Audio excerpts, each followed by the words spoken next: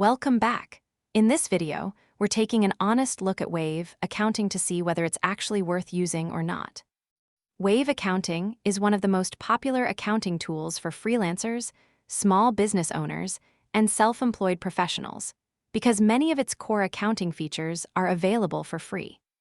With Wave, you can create invoices, track income and expenses, manage bills, organize receipts, and generate financial reports like profit and loss and balance sheet. The platform is clean, simple, and very easy to use, even if you have little or no accounting experience.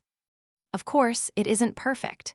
If your business requires advanced accounting features, inventory management, or more complex reporting, you may find Wave a bit limited.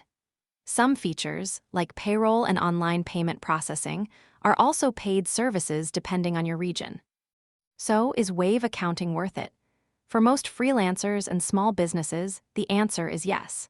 It's easy to use, saves time, and offers excellent value, especially if you're just getting started. However, as your business grows, you may eventually need a more advanced accounting solution. I hope this review helped you. If you found this video useful, don't forget to like this video, subscribe to the channel, and share it with others. Thanks for watching.